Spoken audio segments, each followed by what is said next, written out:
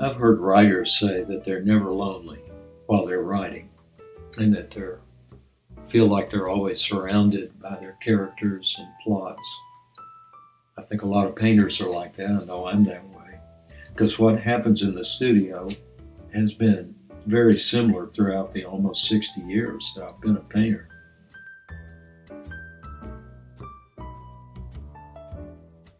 Painting is something that goes on all the time for me, whether I'm in the studio or not. I'm continually looking for something that I can use in the studio.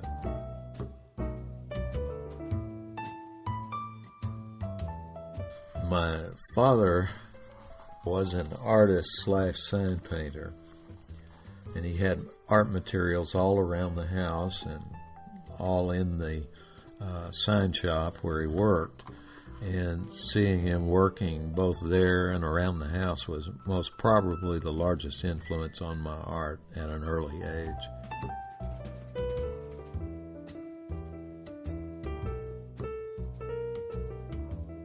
If I tried to describe myself, I'd say I'm a post-abstract expressionist painter.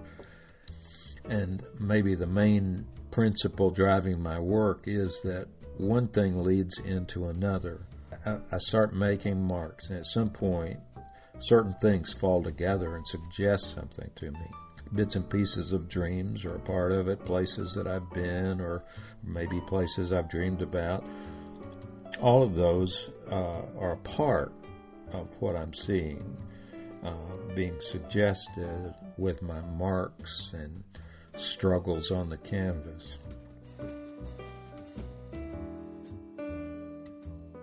I do like the way a color meets another color, and rather than having them blend into one another like many abstract painters, I tend to like painting that shows the tragicomic human quality of trying to build structures that last, and they don't last.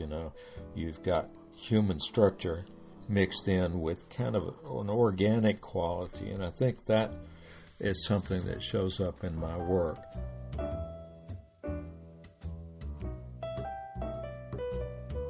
I'm looking for a type of cohesion, and it's hard to explain. It's kind of when it all falls together. Sometimes friends and I have talked about it being when the canvas starts to breathe. And it's a bit like Richard Diebenkorn said, the West Coast painter. I know it's finished when the hairs on the back of my neck stand on end. And I think it's a lot that way for me too. I don't think of the arc of my painting through time being linear. There's this long line that stretches for miles. It's more like a string, a ball of twine, where the early paintings and drawings are not that far from the works that I do today.